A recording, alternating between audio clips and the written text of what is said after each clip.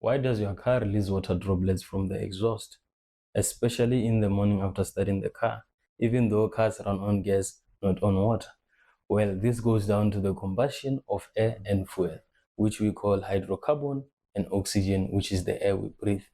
They both go under reaction combustion, turning into exhaust gas, which contain carbon dioxide, water vapor, and heat energy. All of these travel from exhaust manifold to the catalyst converter, which converts hydrocarbons into carbon dioxide and water vapor.